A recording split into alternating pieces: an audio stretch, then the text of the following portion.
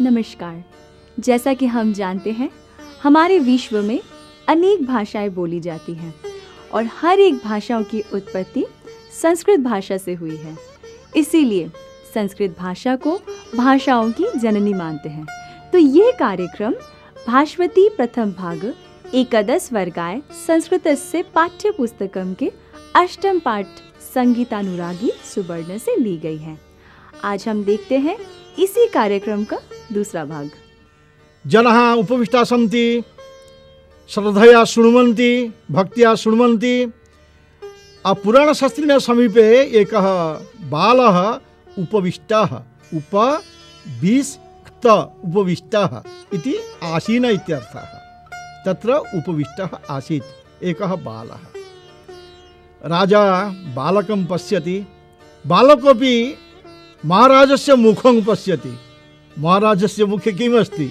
महाराजस्य मुखे श्मश्रूणि सन्ति, कूर्चमस्ति। कूर्चमिति वीरकेशः अस्ति।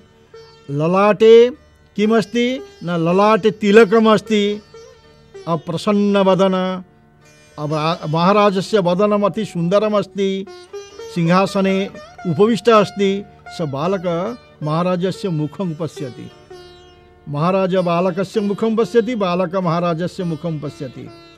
महाराज मध्ये कथयति, भो पुराणशास्त्रीन्, एषः यः बालकः तत्र उपविष्टः सः कः? पुराणशास्त्री वदति, एषः मम पुत्रकः। न स किं भवान् यथा पुराणपाठं करोति, पुराणं वाचयति, पुराणं श्रावयति, जनः पुराणं शृण्वन्ति, स तथा करिष्यति? स बालक सविनयं वदति, महाराज संगीते मम अनुरागः अस्ति, मम रुचि अस्ति। पुनः राजा वदति, भो बाल वत्स, संगीते अनुरागः अस्ति, तर्हि एकं संगीतं गायतु। स बालकः ततः परं पुनः सम्यक् उपविशति, एकं सुन्दरं श्लोकं गायति। किं गायति? कस्तूरी तिलकं ललाटपटले वक्षस्थले कौस्तुभं नासाग्रे मणिमौक्तिकं करतले वेणुकरे कङ्कणं सर्वाङ्गे हरिचन्दनं सुललितं कंठे च मुक्तावली गोपस्त्री परिवेष्टितो विजयते गोपाल चूड़ामणि। एवं प्रकारेण सम्यक्तया तत्र एकं श्लोकं गायति सुवर्णः। राजा प्रसन्न भवति। महाराज करतालिकां करोति।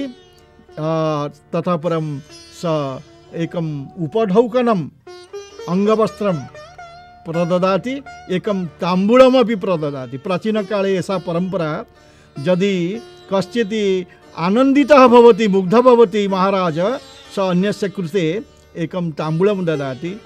स ताम्बूलम् एकं ददाति, पुनः एकम् अंगवस्त्रं ददाति। अंगवस्त्रं स्वीकरोति, ताम्बूलं स्वीकरोति। एषः सुवर्णः प्रसन्नः भवति।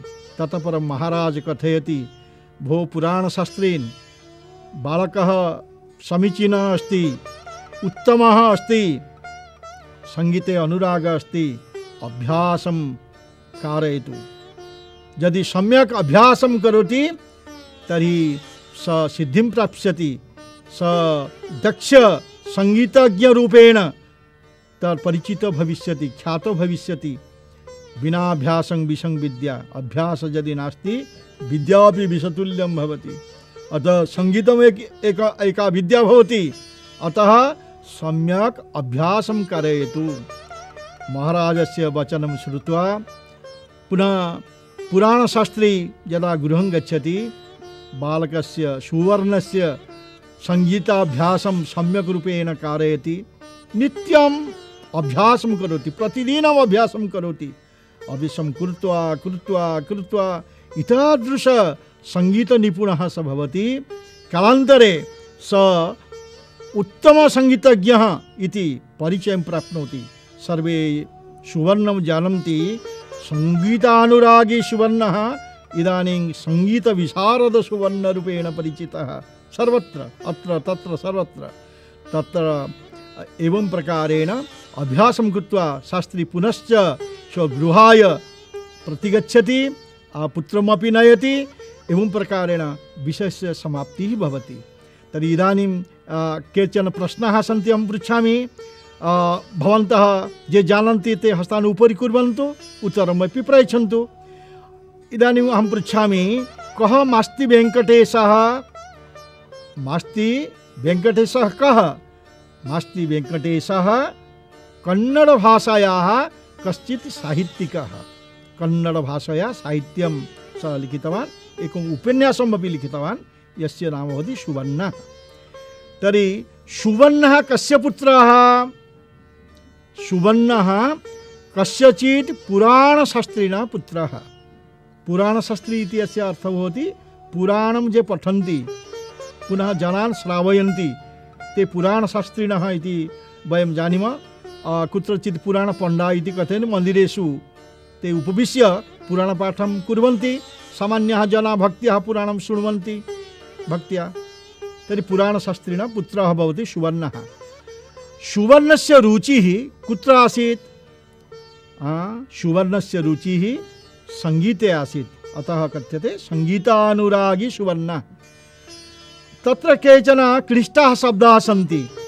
सङ्गत्या, अत्र सम उपसर्ग गम धातु एक 3 प्रत्यय। संगत्या इत्यस्य अर्थः भवति संगति द्वारा। यथा सुवर्ण संगीतस्य संगति द्वारा सर्वत्र परिचयं प्राप्नोति। पूर्वमहम् उक्तवान् शोभावहम् इति अस्य अर्थः भवति शोभाम् आवहति इति शोभावहम्। अपरम् एकं पदं वदामि, गण्डस्थले। गण्डस्थलम् इत्यस्य कः अर्थः? कपोले। एतद् भवति गण्डस्थलम्, एतद् भवति गण्डस्थलं यत्र श्मश्रूणि तिष्ठन्ति, गण्डस्थले। एवं प्रकारेण विषयस्य समाप्तिः भवति।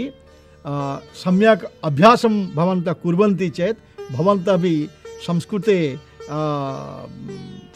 तत्र संस्कृतविदाः भविष्यन्ति। संस्कृतेन वक्तुं पारयिष्यन्ति, लिखितुं पारयिष्यन्ति, पठितुं पारयिष्यन्ति।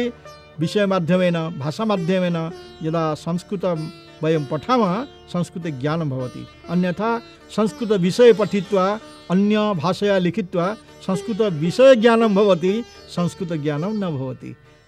स्मरन्ति किल अहं यद् उक्तवान्, सम्यक् अभ्यासं कुर्वन्तु। यथा सुवर्ण अभ्यासं कृतवान् तथा निपुणः सञ्जातः सङ्गीते, तथा भवन्तः अपि सुनिपुणाः भवन्तु इति मम इच्छा, ईश्वरस्य अपि इच्छा। नमो नमः। सर्वे भवन्तु सुखिनः, सर्वे सन्तु निरामया, सर्वे भद्राणि पश्यन्तु, मा कश्चित् दुःखभाग् भवेत्। ओम शांति शांति शांति। तो आज हमने देखा संगीतानुरागी सुवर्ण का दूसरा भाग। ठीक ऐसे ही कुछ कार्यक्रम लेके हम उपस्थित होते हैं अगले अध्याय में। तब तक के लिए आज्ञा लेते हैं। नमस्कार।